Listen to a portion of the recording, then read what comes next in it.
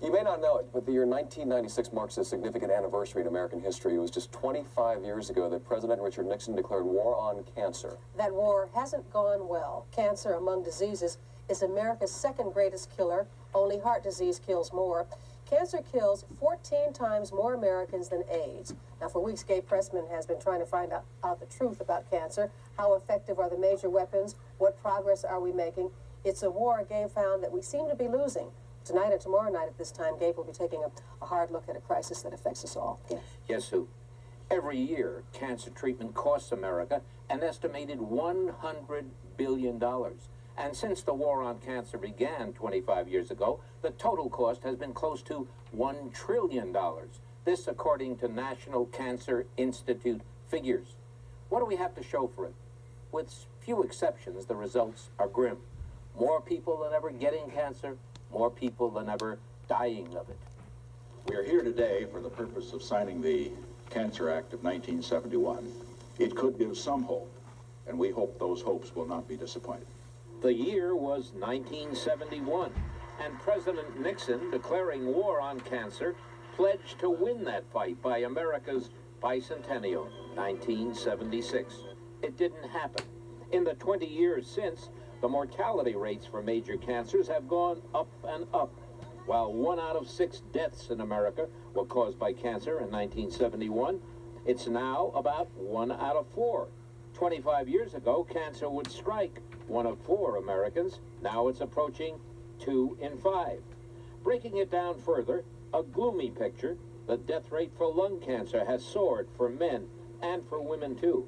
For men and women, the death rate from colon and rectum cancer has gone down slightly. The death rate for prostate cancer has gone up, and it has for breast cancer too. A controversy rages in the world of medicine of which many Americans are not aware. Responsible critics question whether the major weapons used in the war on cancer, surgery, radiation, and most of all, chemotherapy, are doing the job. But mainstream doctors, there may be a quiet revolution going on, even within the medical establishment. The American Cancer Society, an organization that has promoted traditional methods heavily in the past, seems to be shifting course. At least a spokesman did. A lot of the way we're practicing now, a lot of the medications that we use, the procedures that we do will be antiquated within a short time.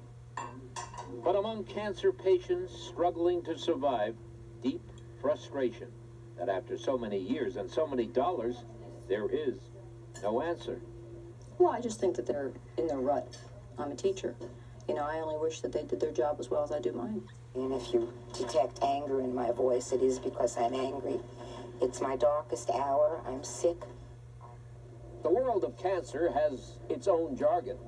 Cure is a key term. For some cancers, doctors define cure as living for 5 years after being diagnosed. For ordinary people, though, cure means getting rid of a disease forever. Clearly, there's a lot of room for misunderstanding here. Next, a treatment that's meant to be a cure, chemotherapy.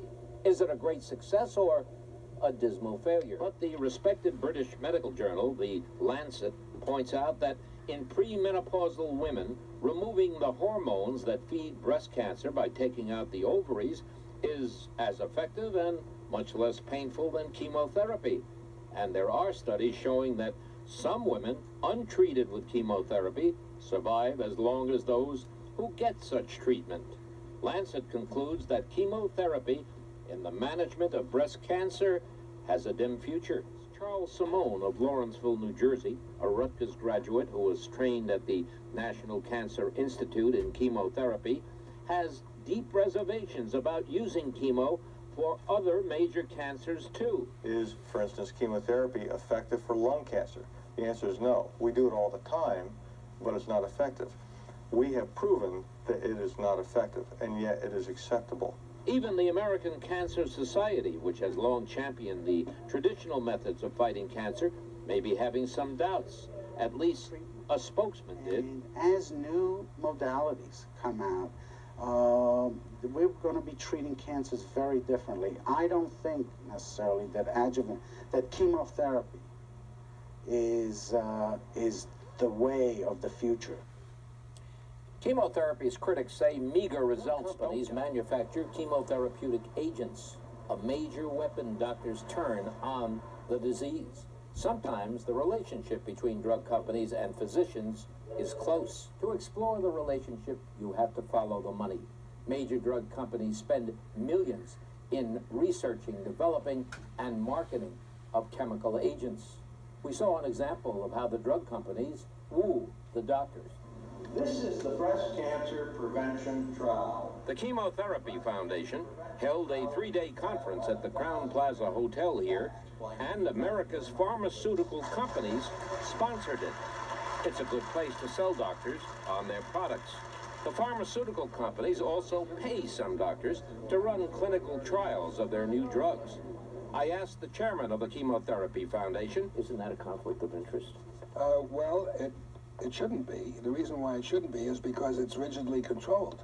Now, you've got a government agency that sponsors supervision and even directs the doctors and the drug companies as to what's required, yes.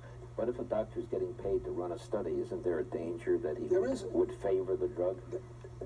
But unless he's a total faker.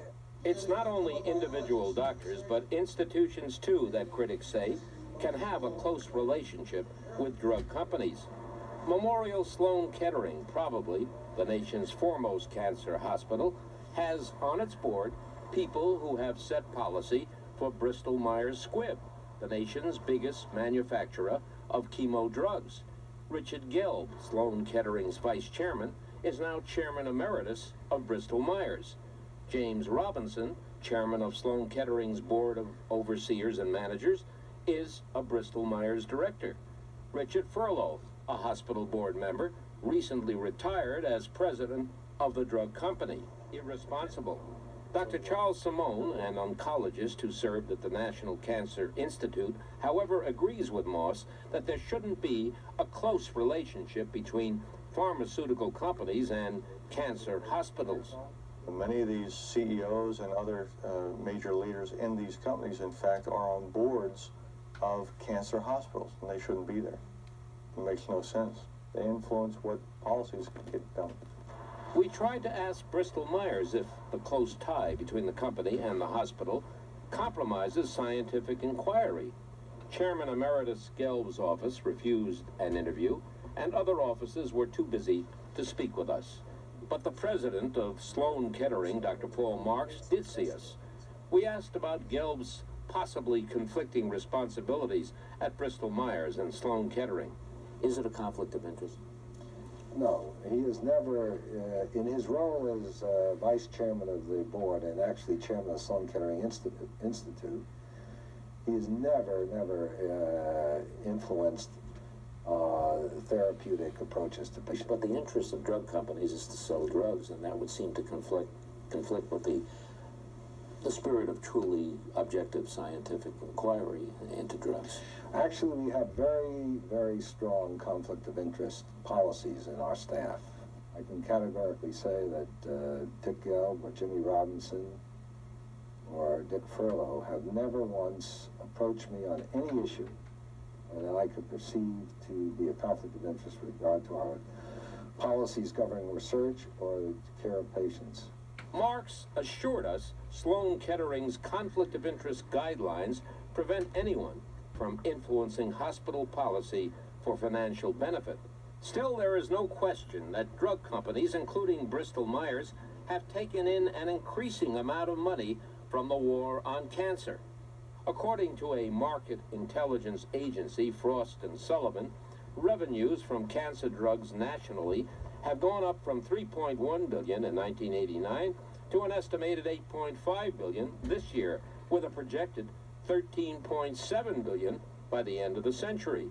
The marketing firm estimates that 8% of Bristol Myers' revenues, about $850 million, come from chemotherapeutic drugs.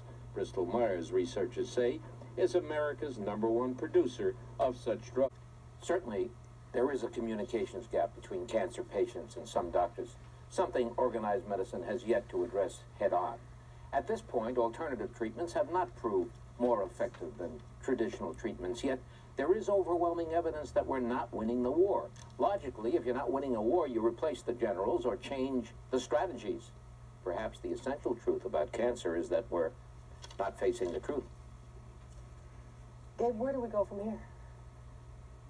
Well, I think, Sue, that we need to have a revolution in the approach to cancer. Doctors have to be more open to each other. Essentially, scientific progress has always been based on the development of new ideas. There's evidence that that's not so in America. The innovators, in fact, are sometimes prosecuted or persecuted.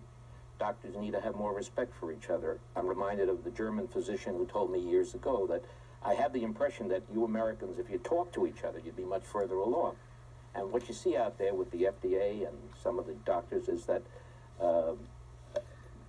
they're not acting as instruments for change. The innovator should be encouraged. Maybe there's a wild-eyed guy out there like Pasteur or Semmelweis or one of the other great innovators in medical history, and he needs support.